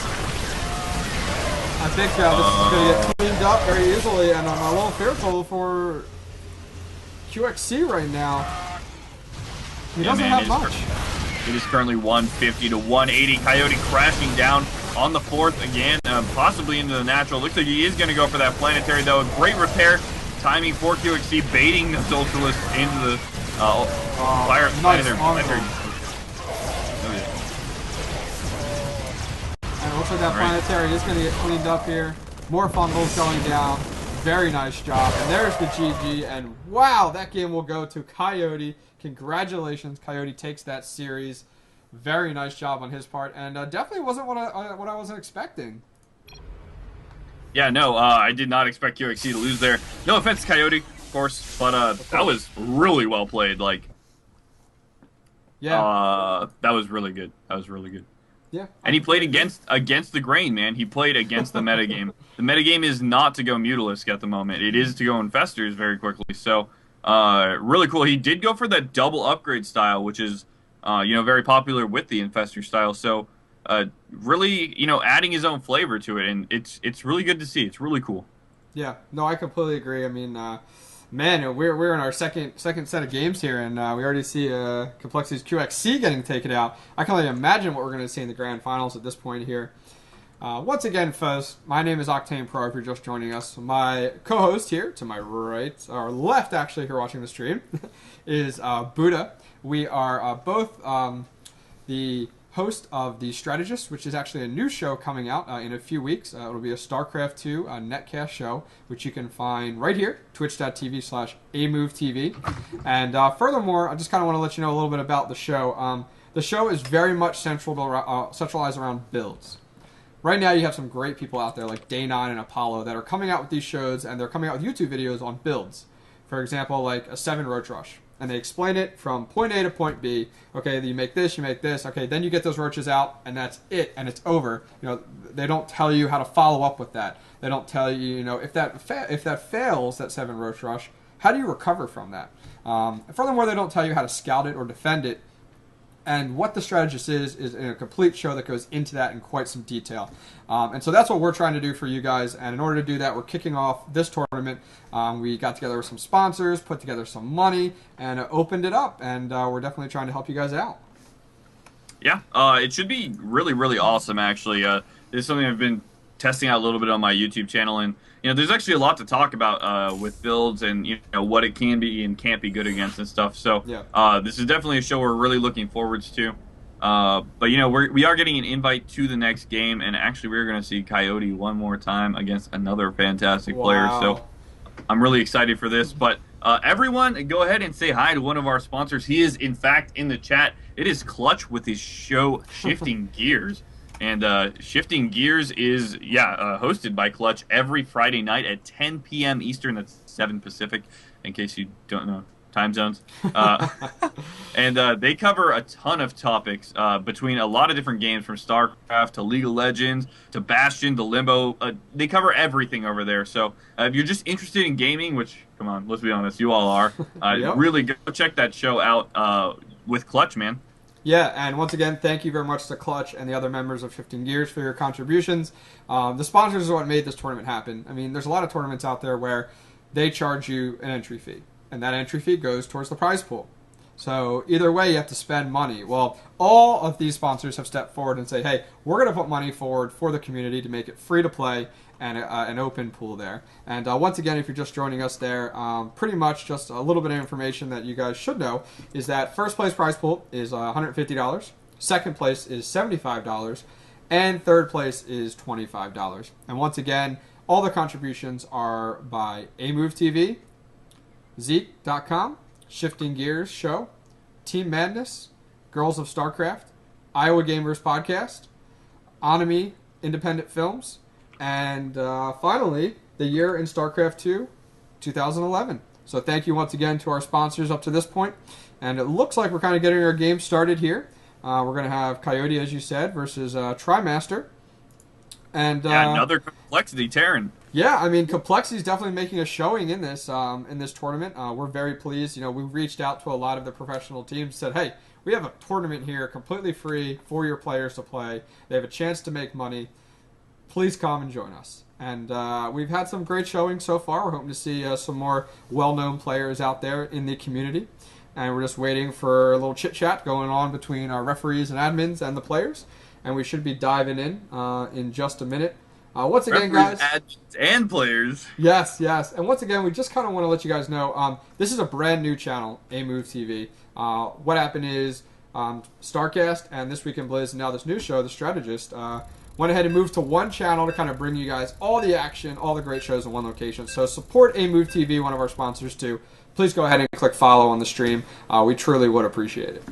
Yeah, a lot of entertainment goes down on this channel. I've listened to Starcast from its inception, from the beta of StarCraft 2, and it's a fantastic show. The same host do This Week in Blizz with an added host. And yeah, man, we are jumping into this game for the Strategist Open with Complexity's Trimaster spawning at the top left-hand corner of MLG Shakuras Plateau. And in the upper right-hand corner, we will have Coyote, which is our purple Zerg, and who is coming from Team Optic. And believe it or not, if you're just joining us, we just saw Coyote pretty much take out QXC. Very nice. It was a best of 3, and it went 1-1-1, so it worked out really, really well. And Coyote, I mean, he could be this wild card here that we see progress through the tournament and do very well. Yeah, and I do want to say once again, from our last game, like, QXC got eliminated, you guys, in like the second round, and Optic is playing another Complexity Terran. Like, what are the chances? I can't even begin to explain. Trimaster, of course, making a huge name for himself last year in MLG, making a huge run through the open brackets as a, you know, more or less unknown player, and now, you know, he's really not posted a huge result like that again, but has been definitely competing at a high level. And we've definitely seen him place well in tournaments, regardless of whether or not it's been like a first place kind of win. Yeah, yeah. I completely agree here, and hopefully we'll see possibly some wins from Team Complexity throughout the tournament, the remainder of the evening. Yeah, on a side note there, folks, we do have episode 0 as our pilot episode for The Strategist out. Please make sure you go check it out, youtube.com/TheStrategistTV. And that is where you will see all of our Strategist videos coming out over the next few weeks for all the builds. And so please go ahead and check that out. Go ahead and click subscribe. We truly would appreciate it. Once again, that is youtube.com/TheStrategistTV. And this shouldn't come as too much of a surprise, but it looks like... Oh, sorry, I'm going back to the game, buddy. Oh, that's my bad. We do have Terran players on the same team using completely different builds here. QXC opting to go for that one Rex expand Trimaster. Every single game last game. Trimaster immediately taking a gas here. Yeah, yeah, definitely. We do see that hatch going down for Coyote there. And we do see the spawning pool with the extractor going down. So nothing too crazy, nothing too out of the ordinary just yet for both of these players. Yeah, something else that I do want to point out here is that Coyote actually had the opportunity to get into Trimaster's base because his depot wasn't finished, but chose to attack the SCV instead and actually has no idea that there is a gas in play here. So these reactor Hellions are going to hit a little bit earlier than QXC's, and we'll see if he's ready for that. I mean, that timing difference can definitely have an impact here. Yeah. Yeah, we do see right now nothing too crazy out of our Zerg player here. He is pretty much just going ahead and droning up at this point, and most likely we'll see a Queen pop out here with possibly a Spine Crawler to protect the front from these Hellions here. But these Hellions are going to come out rather quickly, and I'm eager to see if we're going to see that Spine Crawler before the we're going to see the Hellions before the Spine Crawler. Yeah, actually, Trimaster with some great control here, killing a drone off already. Oh, he's getting a second? Oh my goodness, a second drone goes down. And, you know, he's just trading these 2 Marines, giving up a little bit of his defense at the front, going Reactor Hellions, to really, really, really get a little bit of an advantage there. And it worked out perfectly, actually. Look at his supply. He's going to have just enough for these 2 Reactor Hellions to come out. And he starts a 3rd base already. Wow. What the heck? Yeah, this initial pressure that you're seeing by TriMaster against Coyote is very nice. And what it's doing is it's allowing TriMaster to get ahead with his economy. And what this is going to do is we're going to see probably about in 5 minutes from now the fact that TriMaster is going to be so far ahead when it comes to economy that we're going to see Coyote trying to catch up at this point. So this is a different type of gameplay, which is really surprising. Two of the players on the same exact team, same race, but different play styles. Yeah, absolutely different play styles here. QXC really didn't go for any kind of fast third at all, and this is it's not a super greedy fast third, Yeah. Because he is scouting with that one. He did get a full scout with that one Hellion. Saw that there was not too much gas mine. Knows there's no super all-in coming, so he doesn't have to cancel his command center and go for siege tanks very quickly. And instead is opting for a very, very standard follow-up here. And I'm sure we're going to see more barracks go down and him power up a little bit before deciding to tech more. Yep. And we do have these Hellions sitting right outside of Coyote's base right now, pretty much trying to limit the amount of creep spread that we're going to see here. We do have 3 additional tumors, which, as we know from previous games, Coyote is very, very good when it comes to his creep spread. And so we do see these Hellions right now. Okay, they're checking for the third, and now they're going to go ahead and press up and hopefully get a scan down there. And we do actually see a Roach Warren up on the high ground right there along the edge. And this is most likely in response to these Hellions at this point. Yeah, he's creating a little bit of a wall off, a choke, just to make sure they take those extra hits from the queens as they try to go through it. Doesn't look like he's interested in completely kind of walling it off at all, but actually 2 of the tumors got denied by TriMaster. Like Coyote, with only 1 active tumor on the map right now, is going to have a much harder time spreading creep than in previous games. And, well, what is TriMaster doing over here? He is adding on a lot more barracks, and this is...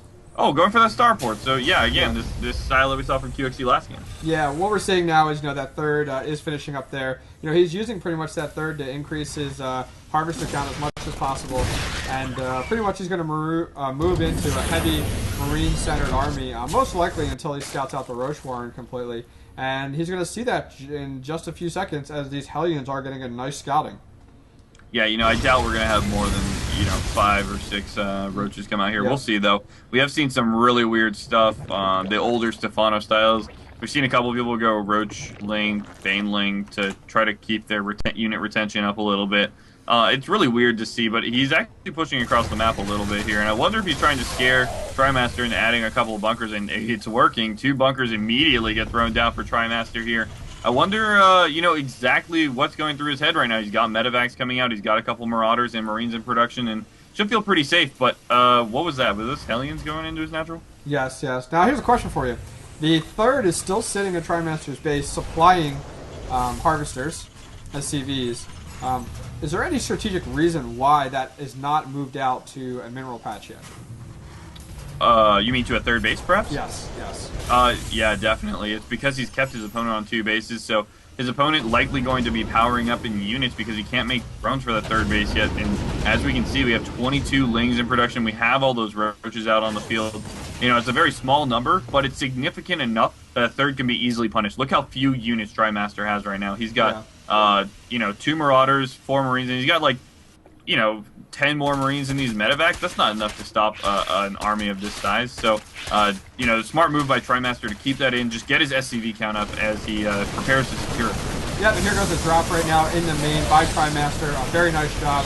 But unfortunately, it might actually get cleaned up here. It looks like he will have to put those units up and retreat back there. And we might actually see more and more drops going on here. And oh, wow, additional barracks is coming down. So we are going to be sitting most likely on 5 racks here.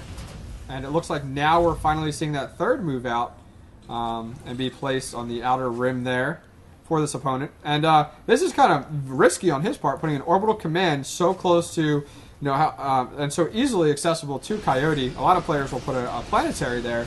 But once again, as you said before, these high-level players are able to use the energy so quickly and benefit from it and spend their money so fast that they go ahead and take those thirds. And look at that right there. 3. Oh my goodness. And look at that. The mutas come right in just as those mules are dropped, and those Marines are able to battle them alive. Yeah, and with good positioning and good map awareness, TriMaster should be able to hold both of his fronts here. And actually, look at his supply. He's had 120 to his opponent's 100. He's got a 20 worker lead against the Zerg that's on 3 bases. So Coyote making 10 drones right now is going to slowly catch back up in that number. But, I mean, look at all the defense he's having to put down. He's kind of scared of these drops, man. He's got 3 spores, 2 spines, and roaches guarding his main from drops. And we're only at the 12-minute mark. Like, these drops don't have 1-1 yet. Just finishing up now. Yeah, rather impressive. I think we see the large increase of harvesters from TriMaster due to that taking his third so much later. So we had 3 command centers producing harvesters at the same time. And so that allowed him to pretty much get out far ahead there. So very nice job on TriMaster's part. We do see mutas now currently coming into the main of TriMaster here, as most of the army is actually on the outskirts of this Terran base. Yeah, not quite enough mutas here to do a significant amount of damage before the army can come back up. He's going to force a cancel onto these bears. Oh my goodness, onto these bears. Excuse me. But the turret placement in the mineral line is very good, and he's going to keep his harvester advantage for a really long time, unless Coyote decides to overcommit to mutas, and that means delayed infestor tech, delayed hive tech, no more banelings, all sorts of stuff that really gives TriMaster a chance to just walk across the map and attack. Yeah, now for those of you not familiar with this map, these chokes are critical right here, and can work to either of the opponent's advantage right here. So positioning in these chokes right around the middle here with the tower is key. And I actually really like how Coyote has that buried ling right there. So he's able to see everything going on right now. Okay, he did spot it. But I mean, yeah, properly placed siege tanks within these chokes can be deadly to a Zerg army that gets stuck and doesn't get the full surround. And I hate to say it, but this map is relatively good for Terran here in this particular case, especially if it's going to draw out to a longer game.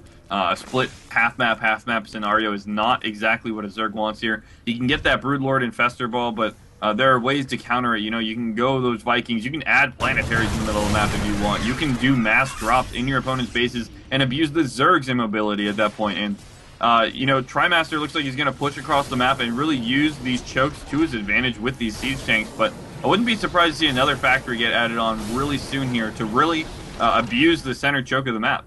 Yeah, no, I completely agree. Now, if we see more factories getting built here, we possibly might see a few more Thors, which may be a little bit more comfortable when it comes to the Ling Bling army. We still do see quite a few roaches getting mixed in with this army. What are we at here with unit count? Only 3 roaches, so nothing too crazy. So yeah, those Thors could be a possibility for late game for TriMaster if he decides to move away from as heavy of an army as Marine Marauder. Yeah, I wouldn't be too surprised having a teammate like QXC to see something crazy, like try to go Hunter Seeker, like we saw QXC try to go if Broodlords come out or something, you know? Yep. But it looks like TriMaster really pushing forward, wants to get rid of that creep spread. Coyote going for that 3-3-3 again, or sorry, 3-3 adrenal glands. I call adrenal glands 3 for some reason. No, that's okay. And, if you take a look now, though, look at the supply count for TriMaster. He's topped at 200, and he has so much mineral tanks. Well, there's a huge attack in the middle of the map. The Baneley try to come in for a flank. Don't get the greatest engagement, and oh, look at that splitting from TriMaster, keeping his units perfectly out of position, but just enough to deal a ton of damage out. 175 to 147 supply. Wow. No more significant splash damage for Coyote on the map. 1 infestor. Oh, very nice fungal there. But so many medevacs. On only 3 bases, I really think that TriMaster is going to be able to take this game right now. Yeah, no, I completely agree here. I can see TriMaster possibly expanding behind us if all works in his favor. Oh my god. He moved all his tanks. Oh. And that's what it comes down to, folks. If you're watching, you know, it all comes down to timing. And that timing came down to Coyote spotting the tanks currently not sieged and took the time to push. And that may turn the tide of the game right here. Yeah, but TriMaster did snipe the third of Coyote. He has a 4th base of his own. Completed somewhere. I can't find it right now. I know he made one though. Buried Bailings right there. Oh, yeah, there's just nothing Coyote can do at this point to really come back in this game. I mean, it's 90 to 139 supply. Coyote's still stuck on those 2 bases, starting a 3rd and a 4th. But TriMaster knows that Coyote's on a clock here, and he can push in his advantage in. And there's nothing Coyote can make at this point, really. He's making a lot of infestors. He's making some lings, but his income is so low. There's literally, like, no cost-efficient way for him to hold this. Yeah, I mean, right now, TriMaster, a top-level player, still floating well over 500 minerals at all times right now because his economy is so great.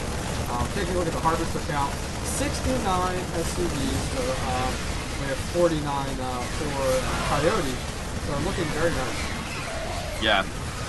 Looks like there's the GG from Coyote, and oh goodness, gotta get this jacket back on. It's way too hot in this room. Nobody look. Everybody close your eyes. They can't see you, I swear. No one sees you. Alright, you can open your eyes now, everyone. That's right. I've been dressed like this the whole time. Don't worry about it. Don't worry about all the ruffles. Alrighty, well, what another amazing game coming out of Team Complexity. Very nice job by TriMaster. Definitely supplying some amazing entertainment there for you guys. Jumping into it once again, if you're joining us for the first time after that game there, my name is OctanePro. My co-host here is Buddha. We're bringing you the Strategist Open today, brought to you by quite a number of our sponsors here. Just want to thank them again. AmoveTV, Zeke.com, Shifting Gears Show, Iowa Gamers Podcast, Girls of Starcraft, Team Madness, Anomie, Independent Films, and The Year in Starcraft 2 2011.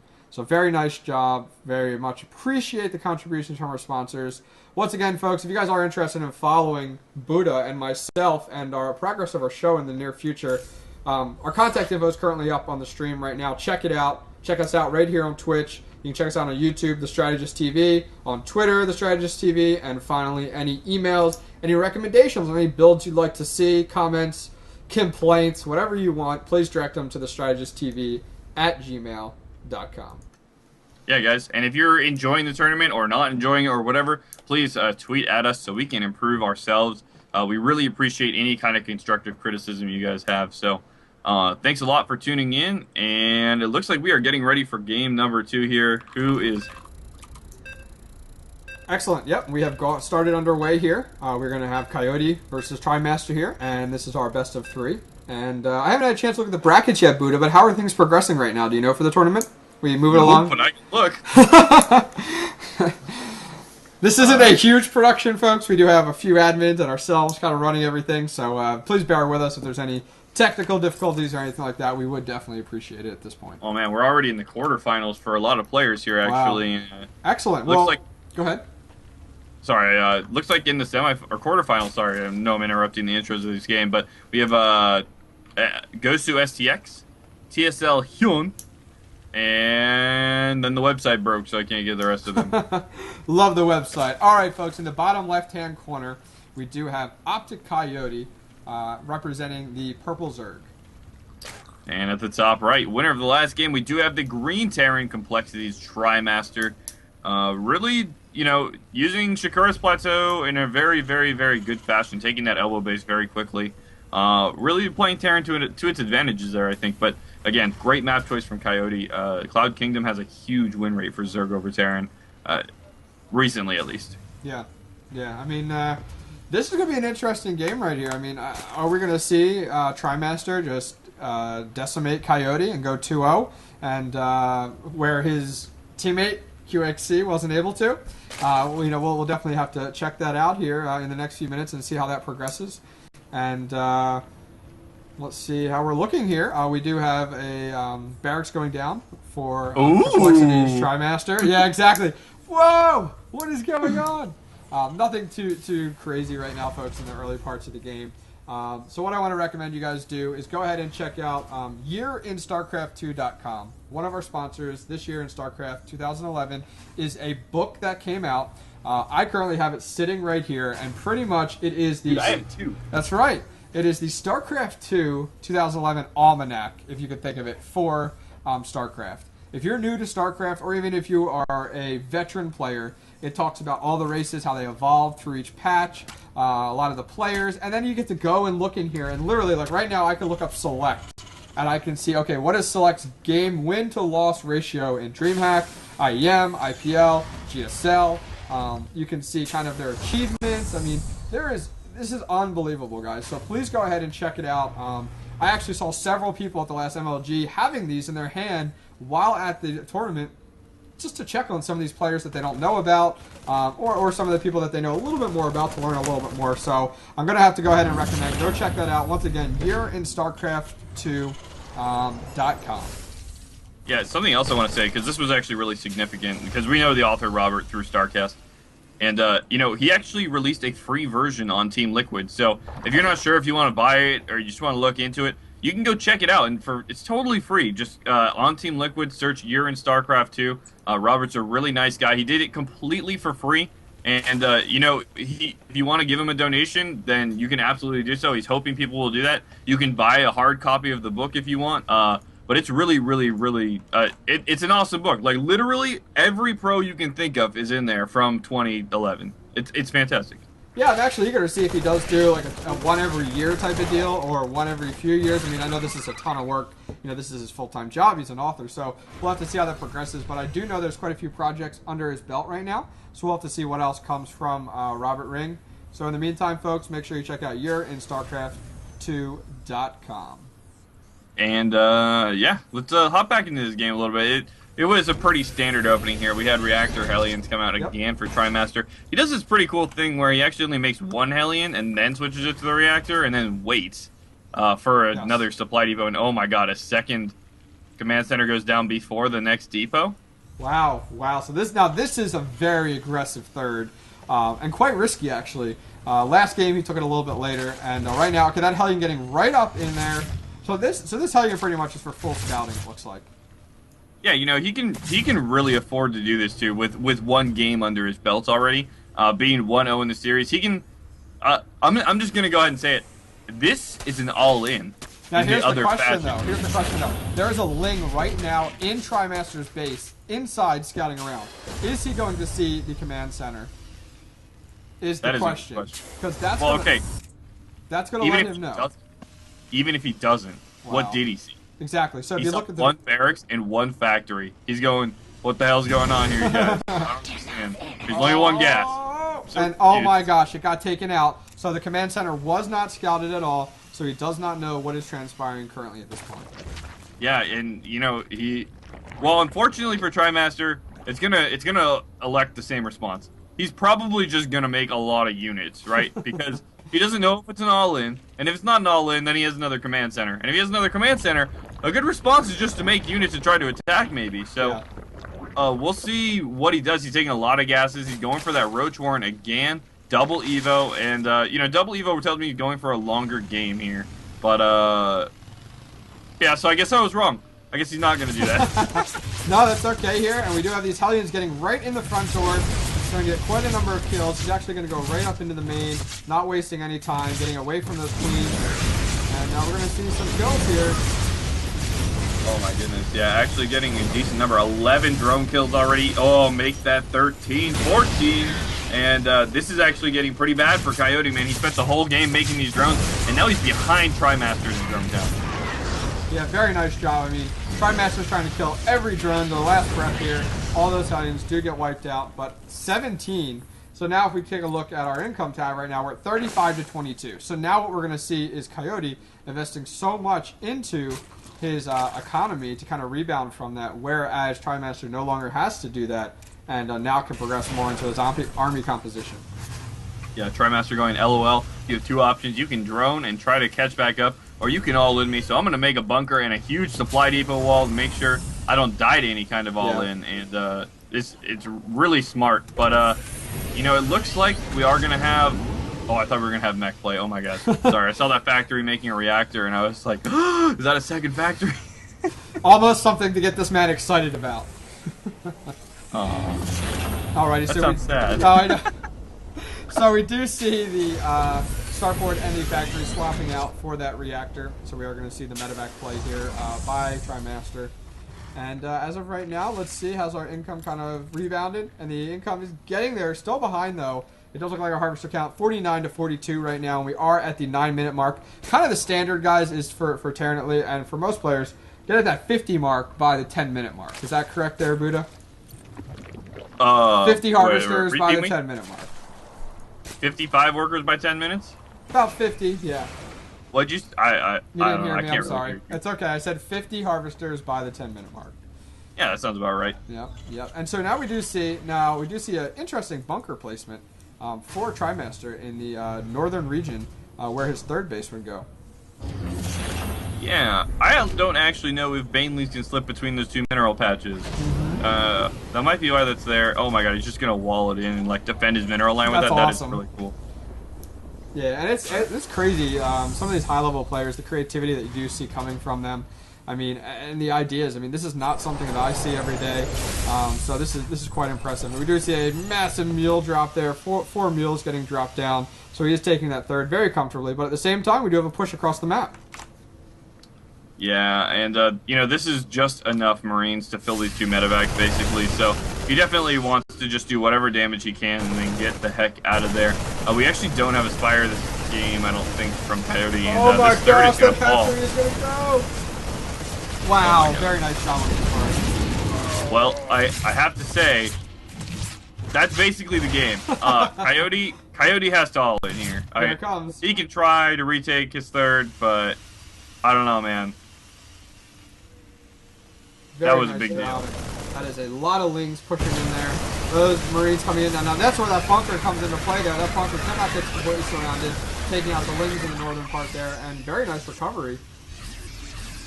Yeah, Baneling Nest just finishing, starting Baneling speed. Pathogen glands and 1-1 are on the way. That third base restarting now, but you know, he's got 1,300 gas banked and no minerals. Like, wow. He's had no mineral income this whole game. Trimaster doing such a good job of shutting down our Zerg players' economy. And what is Coyote going to do? Is he going to go for 2-2 here? And then, oh my god, he's going straight for a hive. Wow. What? Wow. So now that's definitely greedy on his part. I mean, Trimaster can definitely punish this if you'd like to. He could take those units on the right side of the map, push him for the third again. He could take them and drop into the main. There's so many possibilities they can do here to pretty much put the Zerg army out of position. And he's doing very nicely right now. Yep. So, looks like this third base is going to come back out. And again, this is a 2-base hive right now. Like, wow. This is he's got a lot of gas bank, but what's he going to make? Is he going to make Ultralisks? Is he going to go for 3-3? Is he going to go for Broodlords? I can't see any of these being significant options. He hasn't even started the gases at his third yet to really get that gas income back up. So, I don't know what this hive is for yet. Is Adrenal Glands 3-3? Yeah, this is kind of goofy here. I mean, I think he's trying. I mean, he's doing everything he can right now to try to turn the game in his favor. But I mean, right now, I mean, we're at 173 to 104. This is huge, and this army is almost ready to be maxed out and push forward. And I can see Trimaster pushing forward, getting great tank placement, and possibly taking a fourth here. I mean, he's very comfortable. Yeah. All right. Well, 2-2 is going to finish up for Trimaster here. A little bit ahead of Coyote, and we do have Adrenal Glands coming down with 9 Infestors. So maybe he's going to do a push with the energy that he has, but Trimaster's going to push out first here. Again, he's 60 supply ahead of his opponent. He has 20 more workers. He has that sentry tower just watching over all of his stuff to make sure that the counterattack is seen, at least in a semi-timely fashion at this point. And this push into the third, with these Infestors might not be game-ending, but we're getting close. Yeah, definitely. I mean, this is all going to come down to, unit control and micro. And look at this Trimaster splitting his Marines as much as possible, not only for the Banelings, but also for the Infestor fungals here. Tanks getting into position. It's all going to come down to positioning. Can these tanks get set up before the Zerg player notices? And here's the push. Ling's getting press forward first.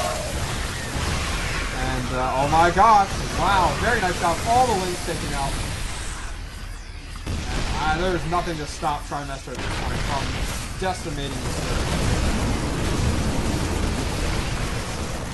Yeah, the Infestors are coming over, throwing up some Infested Terrans to tank some shots in. Oh my god, Trimaster actually loading his medevac. Might actually lose them while they're full. A great fungals going down, but now running almost completely out of energy. And there is the GG from Coyote. Throwing my jacket back on. Oh my goodness. I really need to get better at predicting when people are going to GG. That's okay. That's okay. We're actually going to take a quick intermission before we progress forward. We're about 2 hours into the tournament right now. We're moving very nicely along. The speed of the tournament has worked out actually better than I even imagined. So we're going to take a quick intermission, guys. And before we get into that, Buddha, why don't you tell everybody a little bit about some of the music that we're going to hear here? Sure, man. The music guys you're going to hear is by Skills for Kills. She actually loves StarCraft. She's given up her music not rights, but letting people use her music for a lot of tournaments, including the ISTL and the SC2 Strategist Open that we're putting on right now. And it's actually really catchy music. I actually listen to it even when I'm not doing these tournaments and stuff. Yeah. So hopefully you guys enjoy it, and please go check her out on Spotify, Skills for Kills, iTunes has an album out, and on Newgrounds. Okay, guys, well, do not go far. We will be progressing through the tournament here in the next few minutes. Enjoy a little bit of the music here in the meantime, and we will be back in just a few minutes.